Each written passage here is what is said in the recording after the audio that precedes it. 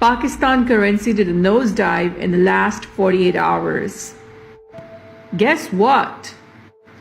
It has nothing to do with Pakistan's economy. However, it has everything to do with Number 1. US Israel's plans to invade Iran. Number 2. Imminent discovery of oil in Karachi. Number 3. RSS obsession with Pakistan and Afghanistan to create its Hinduland. Since the Mueller report fiasco, Trump has taken so many significant decisions totally opposite to his campaign slogans and his policy. Number 1, he claimed Golan Heights is part of Israel, and Netanyahu is actually planning a Trump land there shortly. Number 2, he gave Israel permission to build Mount Temple 3 in place of Al-Aqsa, and we just saw that Al-Aqsa was put on fire a few weeks back. Number 3, he promised Israel to destroy Iran, and so the US warships are already surrounding Iran.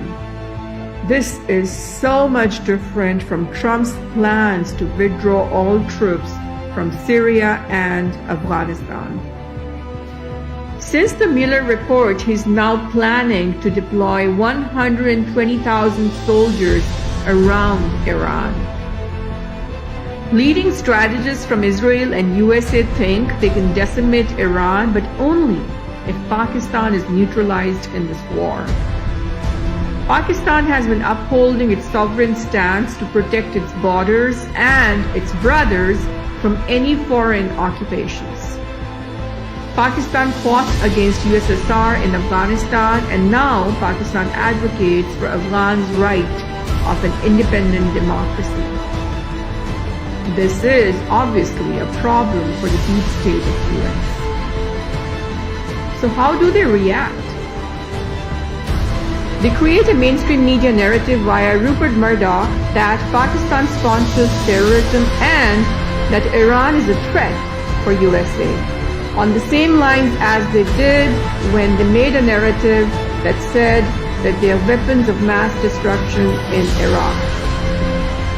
They create a pseudo-currency crisis in Pakistan, breaking its back, crippling its defense budget consequently.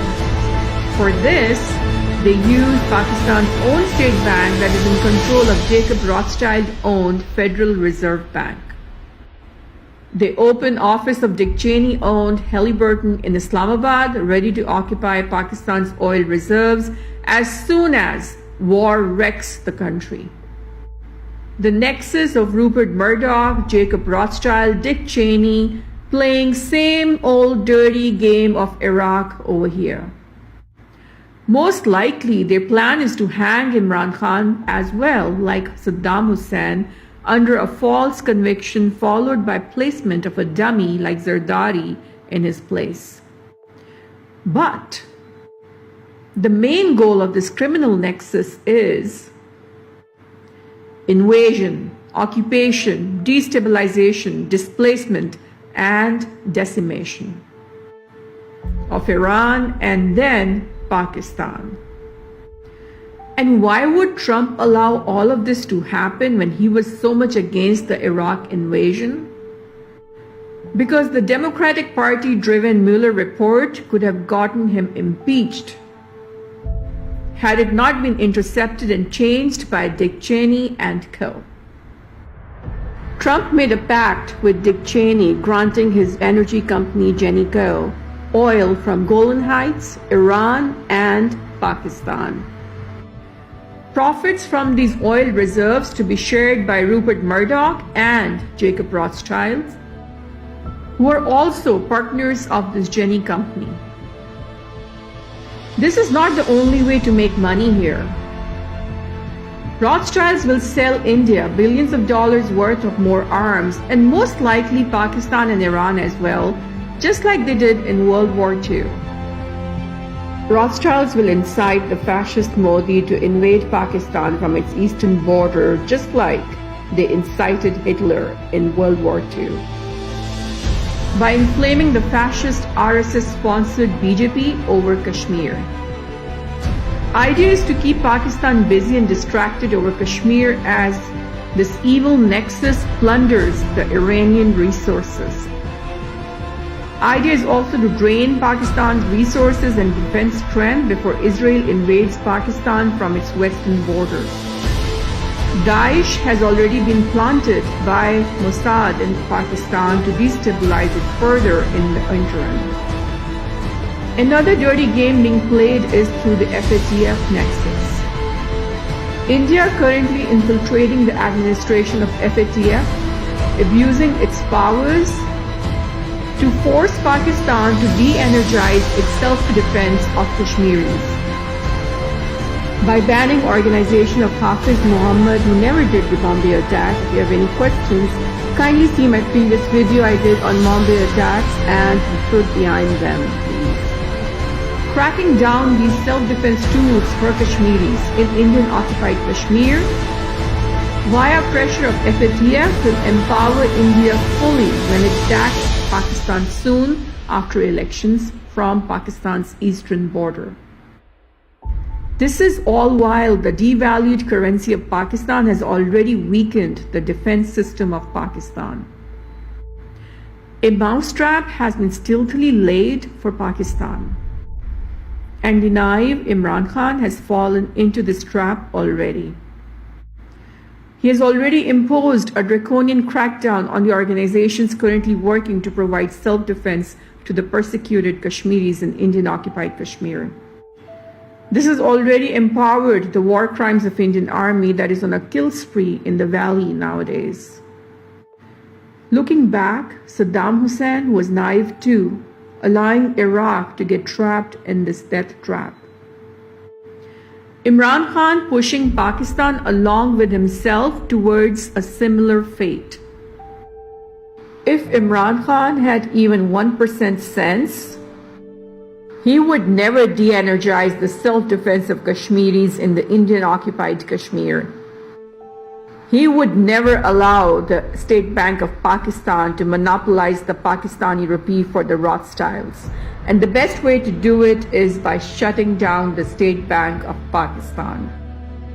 He would never allow FATF to extort policies that sabotage Pakistan's national security and safety of Kashmiris who are suffering from the war crimes of India. He would never allow Iran to be invaded by Israel because Iran is the front wall of the fortress of Pakistan. If Iran falls, Pakistan falls. He would never allow Dick Cheney and Rockefeller-owned energy companies like Halliburton and ExxonMobil to touch Pakistan's oil reserves. If you think this is all a conspiracy theory, recall what happened in the Iraq War. History is just repeating itself. There is a reason, by the way, why Afghans should be worried about Iran and Pakistan invasion.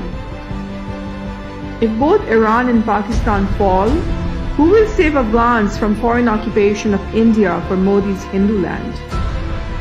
There is a reason why China should be worried about Pakistan's invasion by US, Israel, and India.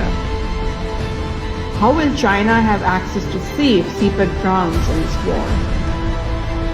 There's a reason why Russia should be worried about Iran's invasion. Without Iran's support, how will Russia continue to safeguard its strategic interests in Syria?